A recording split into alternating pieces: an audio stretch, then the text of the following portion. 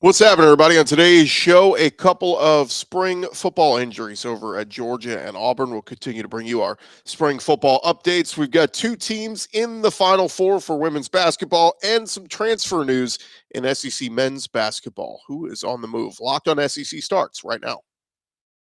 Are Locked On SEC, your daily podcast on the Southeastern Conference. Part of the Locked On Podcast Network, your team every day.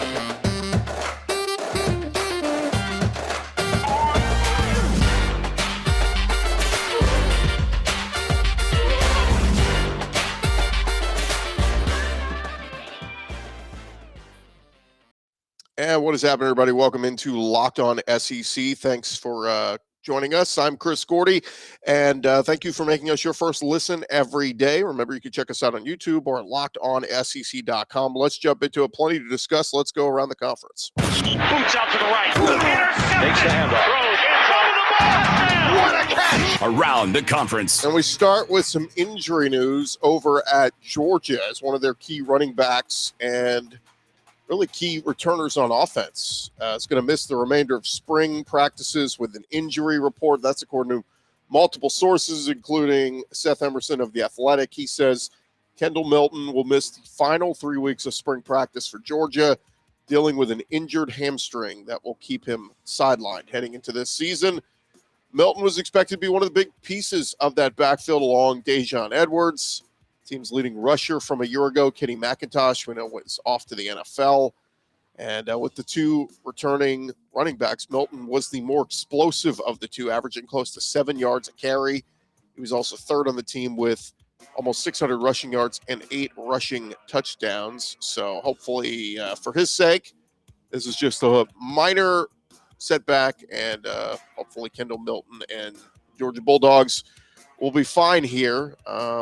As of now, they said no reason to believe that he won't be ready for the start of fall practices, but an opportunity here now for some of the younger guys to show what they can do for Georgia. But Kendall Milton, definitely one we're going to keep an eye on because that is a big, big piece for the Georgia backfield heading into this season. But, man, they've just had an embarrassment of riches in recent years at Georgia with running back, right? It's like, three-headed, four-headed attack. Plug and play, got anybody in there. That guy's off to the NFL, plug in the next guy.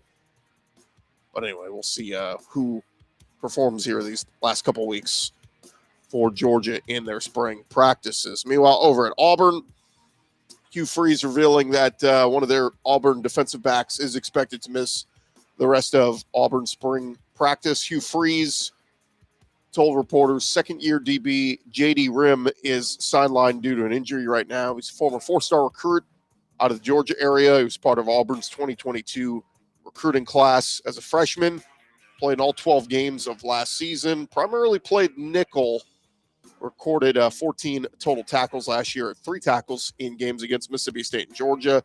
In the Mississippi State game, he also recorded the first pass breakup of his college career. Auburn is over 10 practices into the spring period.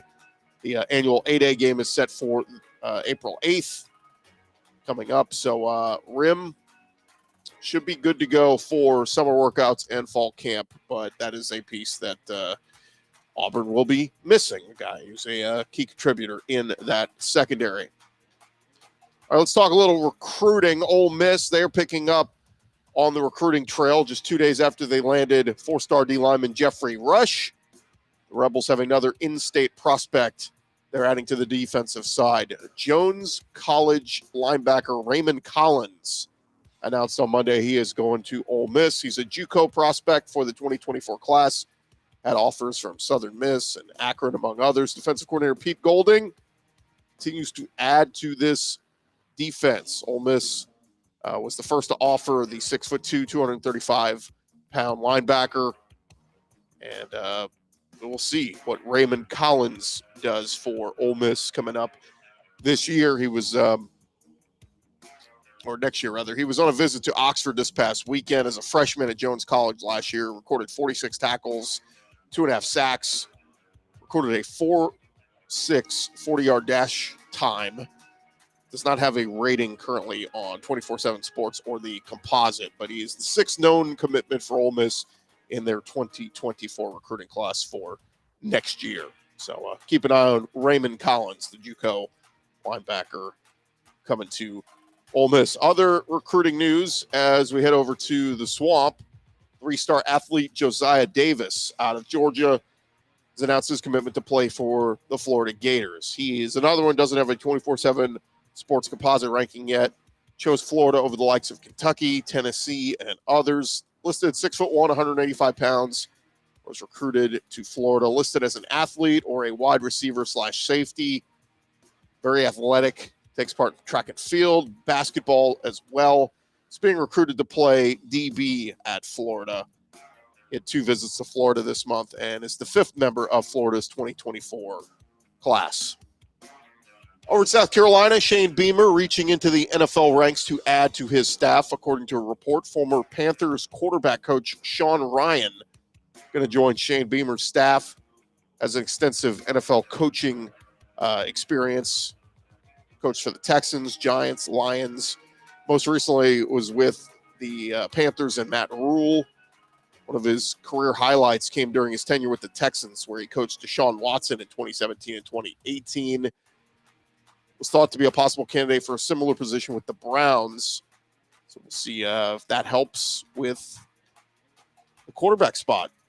Spencer Rattler and the group over there at South Carolina. We'll see if Sean Ryan can be an asset for them. Over at Missouri, Football Scoop reporting that Mizzou has found their new offensive line coach. Former Houston offensive line coach Brandon Jones will be joining Drinkwitz's staff on their O-line. He's been a coach since 2007, started at Texas Tech, coached at Sam Houston State, ECU, and Cal, returned to Texas Tech, and when Dana Holgerson left West Virginia for Houston in 2018, he was hired away and was Houston's offensive line coach for the last 4 seasons. So we'll see what Brandon Jones can do for the offensive line there at Missouri. Had some nice pieces there in recent years. We'll see if Mizzou can get that O-line up and humming. And there you have it. That is the latest news going on football spring practices. When we return, we're going to talk about half of the Final Four in women's basketball being all SEC teams. That's coming your way in just a second. But first, we're going to remind you that this episode is presented to you by our friends over at FanDuel. Of course, the tournament is in full swing. We've got the last 4 teams happening this weekend, and there's no better place to get in on the action than FanDuel, America's #1 sports book. That is because FanDuel is now giving customers a no-sweat first bet up to $1,000. That's up to $1,000 back in bonus bets if your first bet doesn't win. Just go to FanDuel.com/lockedon and sign up today. Claim your first bet, no-sweat first bet. You can wager on everything from the money line to point spreads to which teams will be cutting down the net, all on an app that is safe, secure, and super easy to use. So don't miss your shot at that no-sweat first bet up to $1,000 when you join FanDuel today. Just go to FanDuel.com/lockedon to sign up. Make every moment more with FanDuel.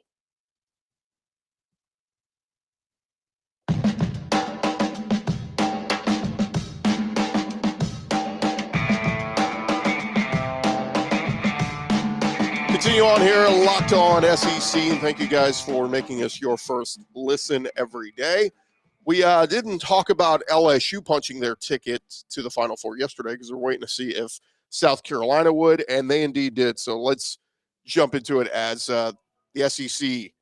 They did not fare very well in the men's tournament, but the women's tournament is a different story. As we've got 2 SEC teams that have punched their tickets to the Final Four. South Carolina women's basketball punched their ticket back to the Final Four on Monday evening, downing the 2 seed Maryland 86-75, and they're heading to Dallas. Gamecocks have just been so unstoppable all season long. They've now won 42 straight games, come away victorious in 59 of their last 60, and a big majority of those 59 wins have been blowouts. Only 5 teams have lost by less than 10 points to Dawn Staley's crew.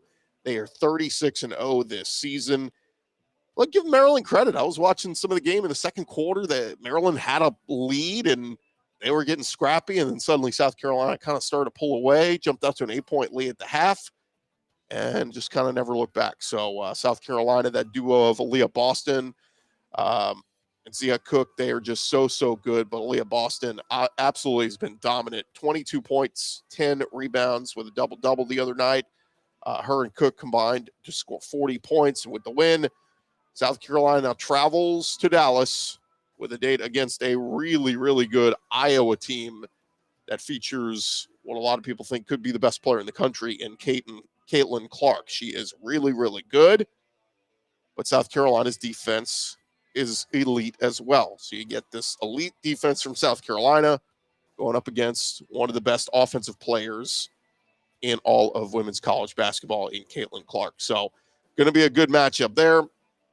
And we'll see if South Carolina can win their second straight national title, third in school history. Meanwhile, LSU, they will also play on Friday. They punched their ticket to the Final Four on Sunday. They won over Miami 54-42. Miami had previously won 3 games as an underdog in the tournament, but LSU clamped down defensively. And LSU, with their first Final Four appearance since 2008, it is the Tigers' 6th trip to the Final Four in program history. Alexis Morris had 21 points for LSU. Angel Reese at 13 points, 19 rebounds, and 5 assists. She is a monster on the boards, swallowing up rebounds and getting putbacks. Coach Kim Mulkey, just her second year at LSU, she has quickly been able to rebuild that program after the Tigers went 7 seasons without an NCAA tournament win. And we could get an all-SEC championship if both South Carolina and LSU can advance. And that would be a rematch of a game we saw earlier this season. Back on February 12th, LSU lost at South Carolina 88-64 for their first loss of the season. Now, it is worth noting that game was at Carolina. It was a hostile environment. Those fans are fired up. The crowd was behind them. So a rematch on a neutral court over there in Dallas, it's a chance. LSU could put up more of a fight this time around, be a more competitive game. So we will see. But again, both teams have business to take care of in front of them before we can talk championship on Sunday. Those 2 Final Four games will be played on Friday in Dallas. And best of luck to our last 2 LSU or SEC teams standing, LSU and South Carolina. I mean, look, we've had some all SEC championships recently. We've had a couple in football with Bama and Georgia. We've had it in baseball. You know, it's happened in a couple of sports here recently. So we'll see if it happens in women's college basketball this year. But again, congrats to Dawn Staley and Kim Mulkey and their crews over at LSU and South Carolina. Phenomenal seasons, and they continue to play. So we'll keep you up to date on all of that. Thank you guys again for making Locked On SEC your first listen every day. Coming up next, we'll switch gears. We'll talk a little bit about the men's basketball side. We've got some transfers, some guys hitting the portal. Sahvir Wheeler at Kentucky on the move. We'll talk about that next.